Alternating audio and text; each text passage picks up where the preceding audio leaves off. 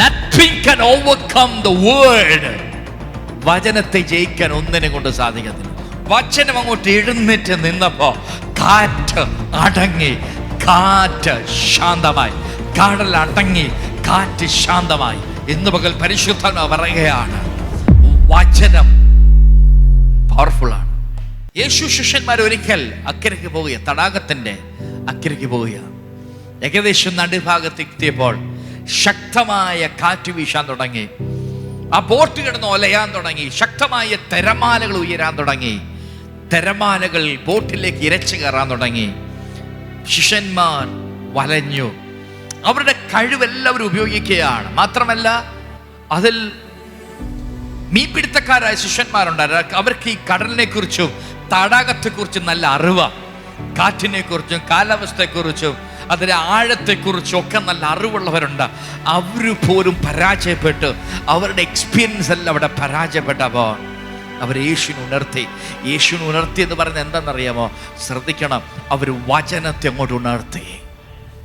അവർ വചനത്തെ ഉണർത്തി. അവർ വചനത്തെ ഉണർത്തി. നാഥ എന്ന് വിളിക്കുന്നത് വചനത്തെ ഉണർത്തി. യേശു, ഞാൻ പറഞ്ഞല്ലോ, യേശു വചനമായി ജഡമായി നമ്മുടെ ഇടയിൽ പാർത്തു. വചനത്തെ ഉണർത്തി, വചനത്തെ എഴുന്നേൽപ്പിച്ചു. അവിടെ എന്താ സംഭവിച്ചത്? കാറ്റും കടലും വചനത്തിനു മുമ്പിൽ ശാന്തമായി, വചനത്തിനു മുമ്പിൽ അടങ്ങി. ഇന്ന് പകൽ എനിക്കും നിനക്കും ദൈവം തന്നിരിക്കുന്ന വചനം, അതിനെ ജയിക്കുവാൻ ഒരു പ്രതിസന്ധിക്കും പറ്റുകയില്ല, ഒരു കൊടുങ്കാറ്റിന് പറ്റുകത്തില്ല. യേശുവിന്റെ നാമത്തിൽ nothing can overcome the word. വചനത്തെ ജയിക്കാൻ ഒന്നിനെ കൊണ്ട് സാധിക്കത്തില്ല. വചനമുള്ളവനെ ജയിക്കാൻ ഒന്നിനെ കൊണ്ട് സാധിക്കത്തില്ല. വചനം അങ്ങോട്ട് എഴുന്നേറ്റ് നിന്നപ്പോ കടൽ അടങ്ങി, കാറ്റ് ശാന്തമായി. Praise God. ഇന്ന് പകൽ പരിശുദ്ധാത്മാവ് പറയുകയാണ്, വചനം പവർഫുള്ളാണ്. ഇതിനെ ജയിക്കാൻ ഒന്നിനെ കൊണ്ട് സാധിക്കും. പത്രോസ് കിടന്ന് തുഴഞ്ഞ് കുഴഞ്ഞു. അന്ത്രയോസും കുഴഞ്ഞു. മറ്റേ ചുങ്കക്കാരെല്ലാം കൂടെ ചില മത്തായിക്കൊക്കെ തുഴയാൻ അറിയത്തില്ലായിരിക്കും. പക്ഷെ അവർക്ക് ഒരു കാര്യം, വെള്ളം കോരി കളയുക. അവർ വെള്ളം കോരി കളയുന്നതനുസരിച്ച് ഇരട്ടി കയറിക്കൊണ്ടിരിക്കുക. 12 പേര് കുഴഞ്ഞ് ക്ഷീണിച്ചു.